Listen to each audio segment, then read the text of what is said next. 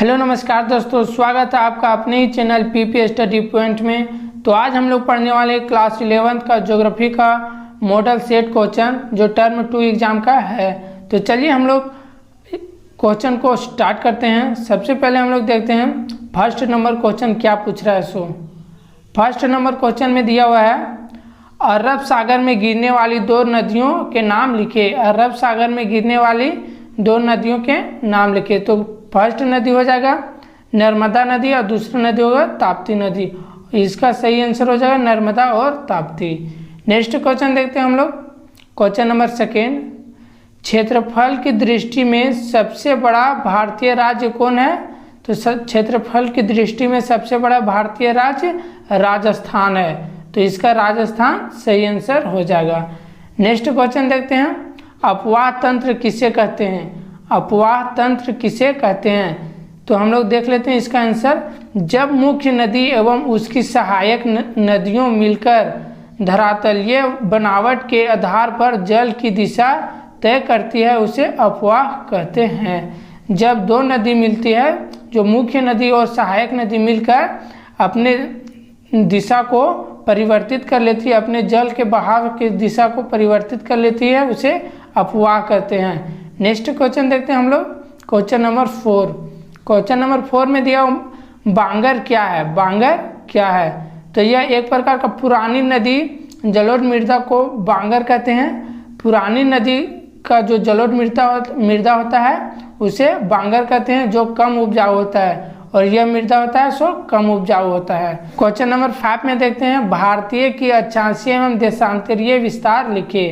तो इसका आंसर हो जाएगा भारत का अक्षांशीय विस्तार 8 डिग्री 4 मिनट उत्तरी से 37 डिग्री 6 मिनट उत्तरी अक्षांश तक है, तथा भारत का भारतीय विस्तार 68 डिग्री 7 मिनट पूर्वी से 97 डिग्री 25 मिनट पूर्वी देशांतर तक है। तो हम लोग का यही आंसर सही हो जाएगा। आप लोग यहाँ नोट्स कर लीजिएगा। नेक्स्ट क्वेश्चन देखते हैं 6 नंबर में पूछ रहा है सोरगेसो सागर क्या है? सोरगेसो सागर क्या है? तो यह उत्तरी अटलांटिक महासागर के 20 डिग्री से 40 डिग्री उत्तरी अक्षांश से 35 डिग्री से 75 डिग्री पश्चिम देशांतर के मध्य स्थित शांत एवं स्थिर जलीय क्षेत्र को सोरगेसो सागर कहते हैं। तो आप लोग इसको भी नोट्स कर लीजिएगा, वेरी इंपॉर्टेंट है। तो अब नेक्स्ट क्वेश्चन देखते हैं। क्वेश्चन नंबर 7, जल संभर से आप क्या समझते हैं? जल संभर से आप क्या समझते हैं? तो इसका आंसर हो जाएगा छोटी नदियों एवं नालों द्वारा अपवाहित जल क्षेत्र को जल संभर कहते हैं। छोटी नदियों एवं नालों द्वारा अपवाहित जल क्षेत्र को जल संभर कहते हैं। तो इसका सही आंसर ये हो जाएगा। नेक्स्ट क्वेश्चन देखते हैं। Question number 8। क्वेश्चन नंबर 8 में पूछ रहा है पृथ्वी को नीला ग्रह क्यों कहा जाता है? पृथ्वी को नीला ग्रह क्यों कहा जाता है? तो इसका आंसर हम लोग जान लेते हैं। पृथ्वी को नीला ग्रह इसलिए कहा जाता है क्योंकि पृथ्वी के कुल क्षेत्रफल में से लगभग 71% भूभाग पर जलीय क्षेत्र का विस्तार पाया जाता है। जो हम लोग का पृथ्वी का 71% भूभाग है उसमें से जल पाया जाता है, तथा इसलिए पृथ्वी पर जल अधिक होने के कारण इसे जलीय ग्रह एवं अंतरिक्ष से नीला नजर आने के कारण इसे नीला ग्रह कहते हैं। तो इसका सही आंसर ये हो जाएगा। तो आप लोग नोट्स कर लीजिएगा। नेक्स्ट क्वेश्चन देखते हैं। क्वेश्चन नंबर 9, पारिस्थितिकी से आप क्या समझते हैं? तो इसका सही आंसर हो जाएगा। हम लोग देख लेते हैं इसका आंसर। इसका आंसर में हम लोग देखेंगे पारिस्थितिकी वह विज्ञान है जिसके अंतर्गत सभी जीवों तथा भौतिक पर्यावरण के मध्य उनके होने वाले अंतर क्रियाओं का अध्ययन किया जाता है।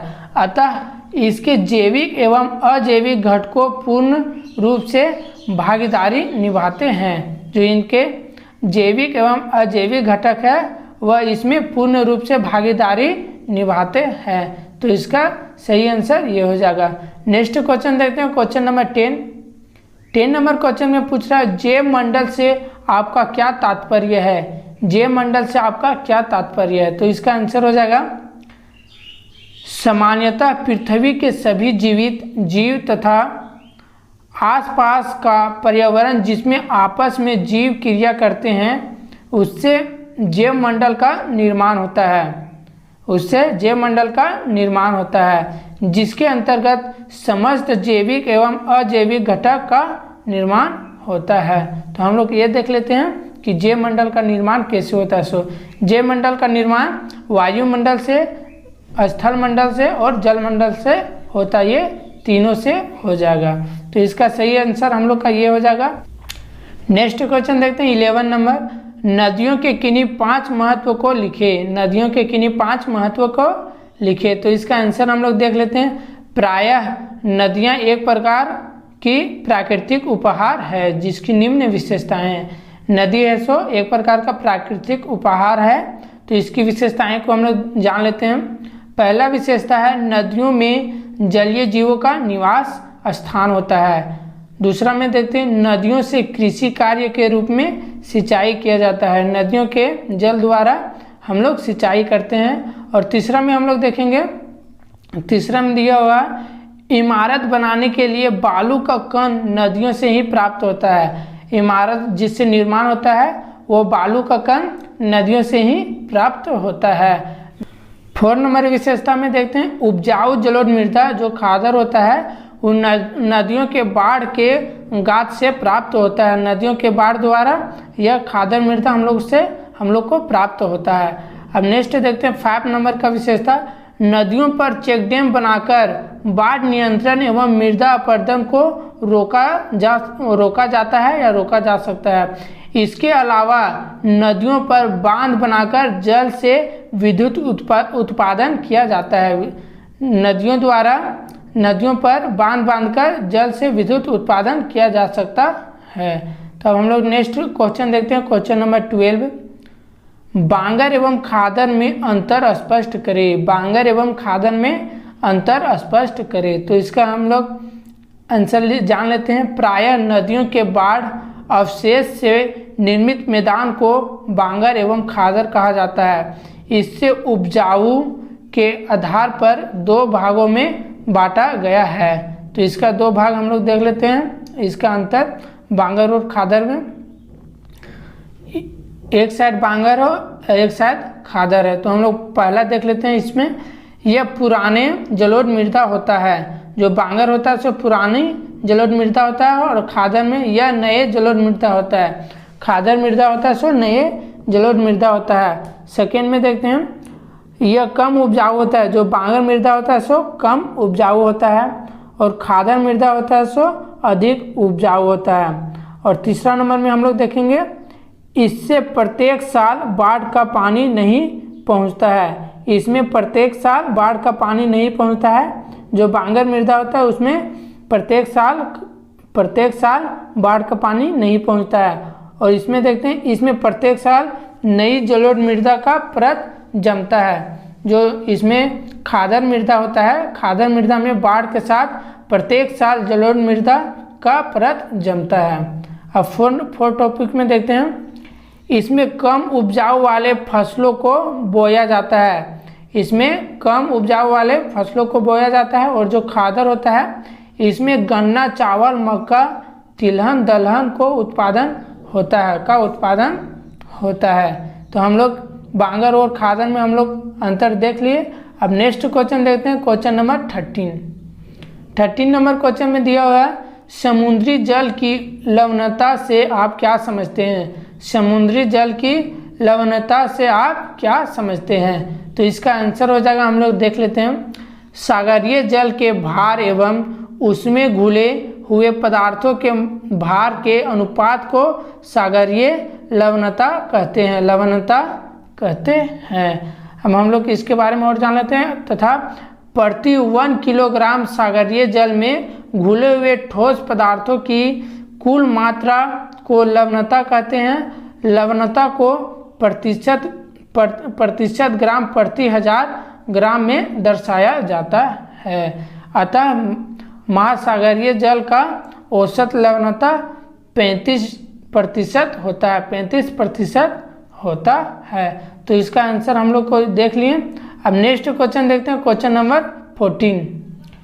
बायोम क्या है? बायोम क्या है? तो इसका आंसर हम लोग देख लेते हैं।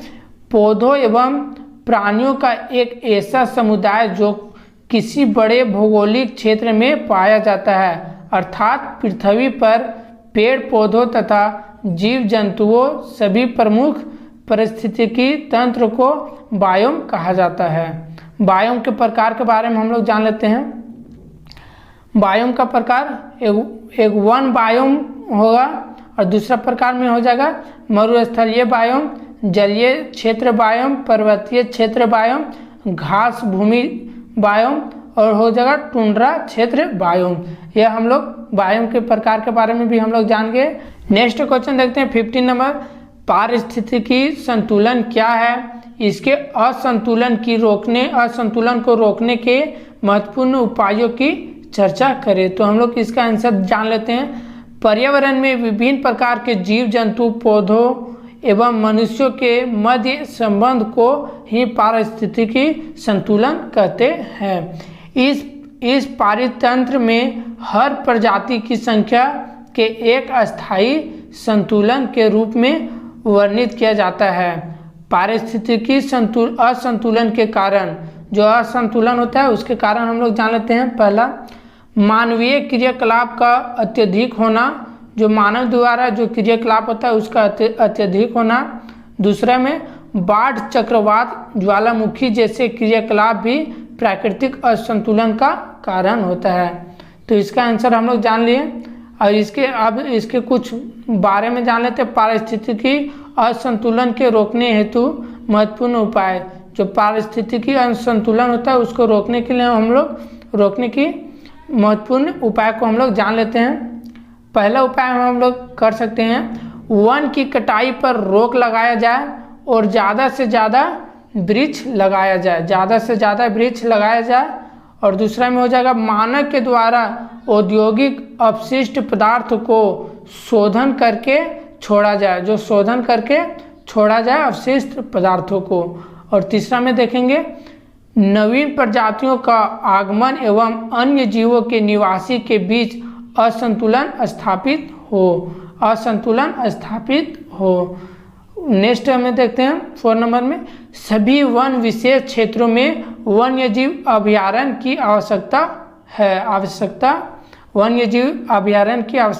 है। अब 5 नंबर में देखते हैं, राष्ट्रीय उद्यान को विकसित किया जाए, अतः प्रत्येक परिस्थितिकी असंतुलन को रोकने के लिए 22 मई को जैव विविधता दिवस एवं 5 जून को विश्व पर्यावरण दिवस मनाते हैं। तो इसका आंसर हम लोग जान लिए क्वेश्चन नंबर 15 का। तो जितना भी क्वेश्चन बता रहे हैं एग्जाम के लिए इम्पोर्टेंट है, तो आप लोग नोट्स करते जाइएगा। नेक्स्ट क्वेश्चन देखते हैं 16। भारत के प्रमुख भौतिक विभागों के नाम लिखे और इनमें से किसी एक का विस्तृत वर्णन करें। एक का। तो भारत के प्रमुख भौतिक विभागों के नाम इस प्रकार है। तो पहला होगा हिमालय का पर्वतीय प्रदेश, दूसरा में हो जाएगा उत्तरी मैदान, प्रायद्वीपीय पठार, भारतीय मरुभूमि और 5 नंबर में होगा समुद्री तटीय मैदान, 6 नंबर में होगा द्वीप समूह। तो इसमें से किसी एक के बारे में प्रमुख विशेषता हम लोग को लिखना है और इसका वर्णन करना है। चलिए अब हम लोग समुद्री तटीय मैदान के बारे में वर्णन कर लेते हैं। भारत का प्रायद्वीपीय पठार पूरब और पश्चिम में पतले समुद्र तटीय मैदान से घिरा है। पश्चिम तटीय मैदान एक पतली पट्टी है जो अरब सागर के साथ साथ फैला हुआ है तथा इसके पूरब में पूर्वी घाट अवस्थित है। इस पश्चिम तटीय मैदान का उत्तरी भाग को कन्नड़ यानी मुंबई से जो गोवा आता है वो कहलाता है। मध्यवर्ती भाग कन्नड़ तथा दक्षिणी भाग मलाबार तट कहलाता है।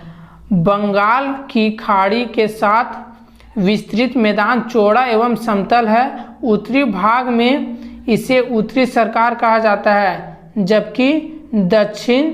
जबकि दक्षिणी भाग को कोरोमंडल तट के नाम से जाना जाता है। तो क्वेश्चन नंबर 16 का आंसर हम लोग जान लिए। आप लोग नोट्स करते जाइएगा।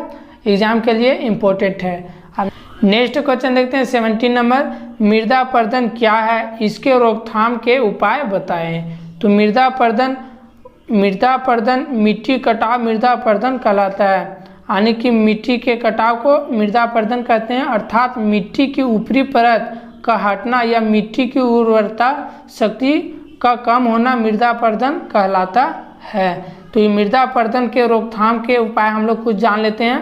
पहला में हम लोग जान लेंगे वृक्षारोपण, दूसरा में अति पशुचारण को रोकना, और तीसरा में पर्वतीय एवं पठारी क्षेत्रों में सीढ़ीनुमा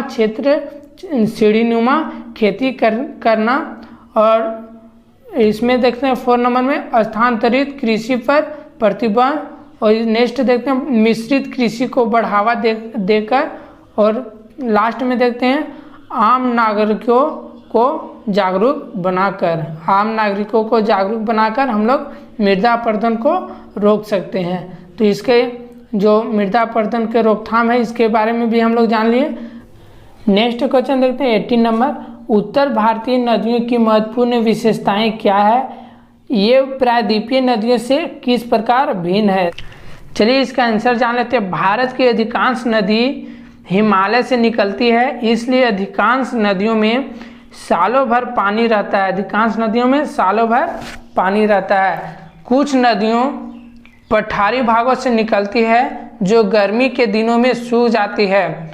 उत्तर भारत की नदियाँ अधिकांश मैदानी भागों में बहती है, जिसके कारण इन नदियों से नहरें निकाली जा सकती है। उत्तर भारत की अधिकांश नदियों गंगा, सिंधु और ब्रह्मपुत्र की सहायक नदी है। सिंधु नदी अरब सागर में और गंगा तथा ब्रह्मपुत्र बंगाल की खाड़ी में गिरती है। दक्षिण भारत की नदियों में सालों भर पानी नहीं रहता है, ना ही ये नदी समतल भागों में बहती है, इसलिए इन नदियों में ना नावें चलाई जा सकती है और ना ही नहरें निकाली जा सकती है। जबकि उत्तर भारत की नदियों की स्थिति ठीक इसके विपरीत है। तो इसका भी आंसर क्वेश्चन नंबर 18 का जान लें। नेक्स्ट क्वेश्चन जान लेते हैं, क्वेश्चन नंबर 19 और लास्ट। भारत के मानचित्र में निम्नलिखित को दर्शाए। भारत के मानचित्र में ये निम्नलिखित को दर्शाना है। पहला है नर्मदा एवं ताप्ती नदी, दूसरा कोरोमंडल तट, तीसरा है चिल्का झील और चौथा है प्रायद्वीप झील। तो हम लोग सबसे पहले नर्मदा नदी को दर्शाते हैं, नर्मदा तथा ताप्ती नदी को दर्शाते हैं भारत के नक्शा में। तो नर्मदा तथा ताप्ती नदी भारत के नक्शा में इस जगह पे है, तो आप लोग दर्शा लीजिएगा, तथा चिल्का झील इस जगह पे है और कोरोमंडल तट यहाँ पे है, और एक जो बचा है लक्षद्वीप, सो लक्षद्वीप ये हम लोग का यहाँ पे है। तो आप लोग जान लिए हैं। अब इसी प्रकार हम लोग ज्योग्राफी का मॉडल सेट 1 टर्म 2 एग्ज़ाम का कंप्लीट कर लिए हैं, और सारे सब्जेक्ट का मॉडल सेट पाने के लिए हमारे चैनल को सब्सक्राइब करें, लाइक करें, शेयर करें। अब मिलते हैं नेक्स्ट वीडियो में। जय हिंद।